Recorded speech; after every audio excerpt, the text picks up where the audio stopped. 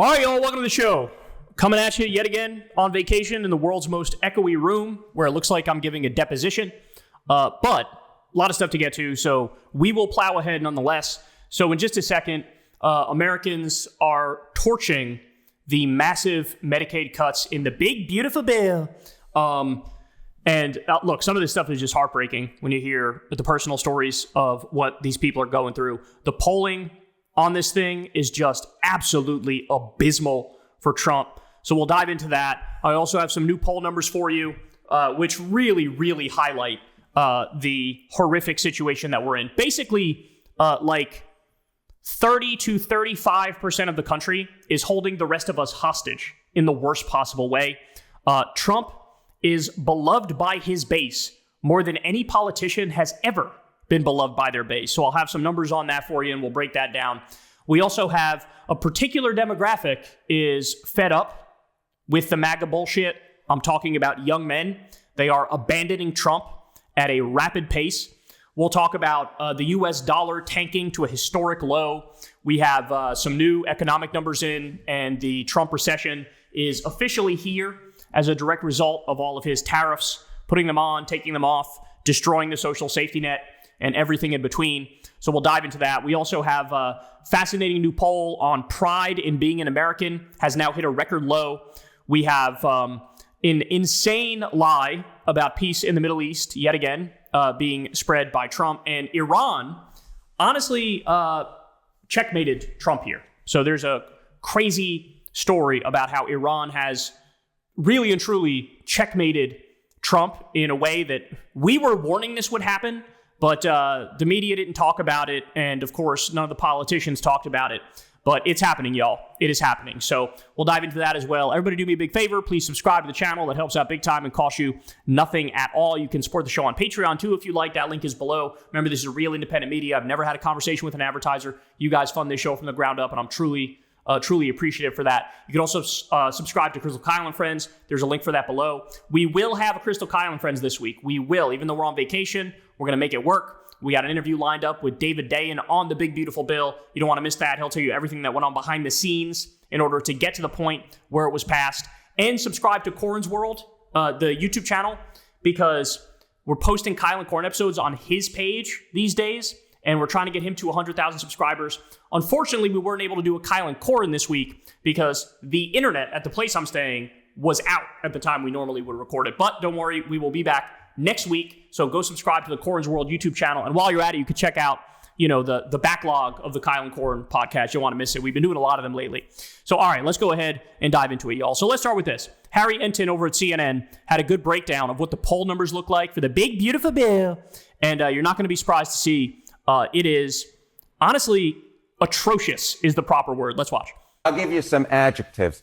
How about awful, horrible, and to quote our dear friend, Mr. Sir Charles Barkley, terrible, terrible, terrible. What are we talking about here? Well, why don't we take a look at the big, beautiful bill? I got five different polls across the screen for you. This is the net favorable rating. The highest rating comes from the Washington Post at minus 19 points. How about Pew, minus 20 points? How about Fox, minus 21? Quinnipiac, minus 26. And KFF takes the cake at minus 29 points. When you have a bill whose net favorable rating ranges from minus 19 points, which is already terrible, all the way to minus 29 points, the bottom line is the American people don't see this as a big, beautiful bill. They see it as a big, bad bill. They hate it, hate it, hate it. They think it's awful, awful, awful. All right. Has it become less popular or more popular as Americans start learning about the details in this bill? Yeah, I think a lot of Republicans have been trying to argue the more that Americans get to know about this bill, the more they'll like it. Ain't the case. Let's take a look here. Quinnipiac University polled it at early June and late June. The big, beautiful bill, the net favorable rating. You look here, should be at 26. Minus 26 points in early June. How about in late June? Look at this, minus 26 points. So the more they get to know about this bill, the less they, in fact, don't think it's a good idea. They think it's just as bad in early June as they think it was in late June. So the more they get to know this bill, they hate it just the same. And I'll point out the favorable rating among independents, minus 45 points. Just terrible. That's a huge number, minus 45. What is it that makes it so unpopular? What is it? What is it that makes it so unpopular? Donald Trump got elected to a second term because people look back at his first term and they said, you know, we thought his first term agenda helped our family. You see this here, Trump's policies in your family. Trump's first term agenda, 44% said it helped their family, compared to 31% who said hurt. But look at the big, beautiful bill. Look at this. Just 23% of Americans say that the big, beautiful bill helps their family, compared to 49% who says it hurts their family. No wonder they hate this bill. Folks elected Donald Trump to a second term because they wanted him and his policies to help their family, but they think the big, beautiful bill does the exact opposite of that. They think it hurts their family. It is pretty clear what the polling is saying this morning. Sometimes there's a lack of clarity. Today, there's a lot of clarity. All right, Harry Enton, thank you so much. So understand, we're talking about destroy Medicaid / SNAP, which is the food stamp program. At the same time, you do massive tax cuts for the wealthy. And the other part of it is superfund Trump's ICE Gestapo to keep rounding up innocent people, putting them in concentration camps, deport them from the country. These aren't even deportations. It's not right to call them deportations. They are really abductions, kidnappings, and human traffickings is what they are. No due process, no constitutional law. That's what this bill does. That's what this bill does. Now, by the way, I should point this out because it's actually super important. Did you know that their evil genius trick that the Republicans used here was the worst provisions of this bill, you ready for this? They kick in 2028. So all the way up until 2028, you will not have these steep Medicaid cuts, steep SNAP cuts, but they kick in 2028. Think of the logic. Why would they do that? They do that because they know, hey, if we hit them right now with everything about this bill, we will get wiped out even harder in the midterms. We will get wiped out even harder in the 2028 election. So they figure, make the worst parts of this bill kick in 2028 so that if a Democrat takes the White House, assuming there's a free and fair election, the Republicans get to turn around and go, oh, Mike, look at how much Americans are hurting. You just stripped health care from millions of Americans. How could you do that? You just took away food stamps for poor, vulnerable children. How could you do that? But it was their bill that did it.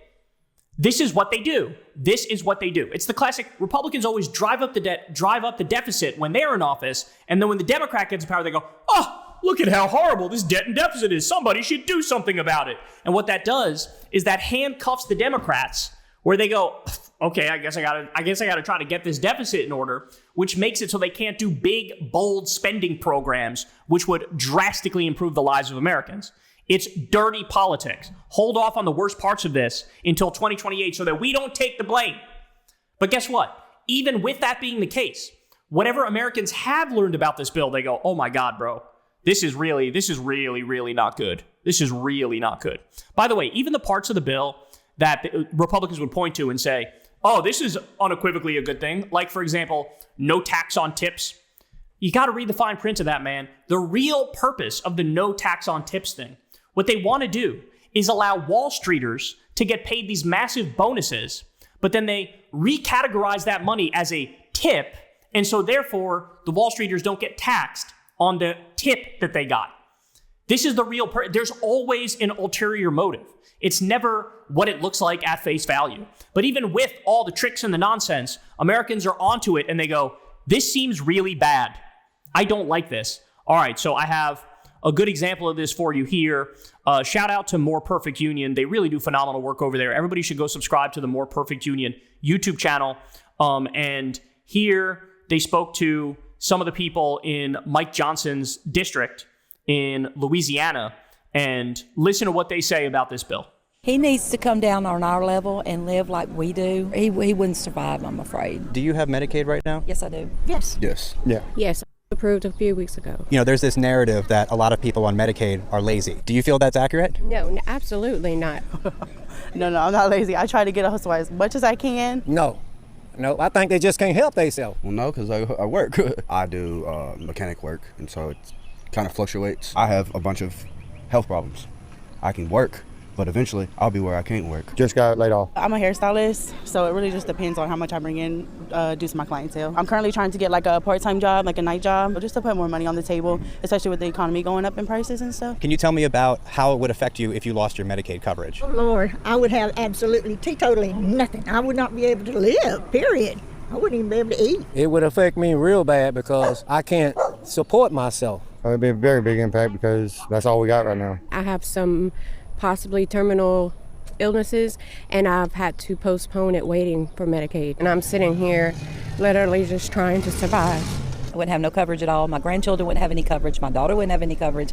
And we can't just go to the doctor as needed. I'm curious if you could say something to Representative Johnson about cutting Medicaid, what you might say to him. Well, Speaker Johnson, I can only say this. If you ain't had the shoes on your feet to see what it feels to be like under these conditions, then you won't never know it. Come out here and stay a little while. Part of that bill would also give tax breaks to the richest 5%. So billionaires would pay less in taxes. How do you feel about that? It's basically let's keep the rich rich and the poor poor. They have the money to pay for it. So why would you make them pay less? They're gonna stay a billionaire, and then we still gonna be poor. That's just a little taste of what Americans are saying about this bill. Anywhere between 12 million and 17 million Americans will lose their health care. Low-income people, disabled people. You'd have about 50,000 more deaths every single year, because that's what happens when you strip healthcare away from low-income people. It's class war. That's what this is. They waged class war on the working class, and they're doing anything and everything they can to benefit the top 1%, the corporations, the billionaires. Give them all the money. At a time where we already have record income and wealth inequality, they are exacerbating it. They are making it worse. They're doing it on purpose for their donor class, the people who give them their money for the campaigns that they run. So, again, shout out to More Perfect Union here. Everybody go subscribe to them. They do really, really crucial work. Also, Dropsite News, too. They do really crucial work, too. Go subscribe to them as well. But, man, I mean, in a world that made sense, we would not be in this position. When you have a bill that is that colossally unpopular. Some of the polls have the big, beautiful bill at like 28% support. If this actually was a functioning democracy, a 28% support bill would not pass. And by the way, a 90% support bill would pass, like, for example, universal background checks on guns. But we live in a bizarro world where the donors rule everything and the government represents the top 1%. And so the 90% bill is dead on arrival and the 28% bill passes. So now it goes back to the House, by the way. Hopefully it doesn't get through there. But, you know, I wouldn't hold my breath. I would not hold my breath because we elected a bunch of vile, demented cretins and fascists, and this is what they deliver. Hey, y'all, do me a favor and like and subscribe. It helps out big time in the algorithm. Click the bell as well for notifications when videos drop, and watch that video on screen right now. You know you want to.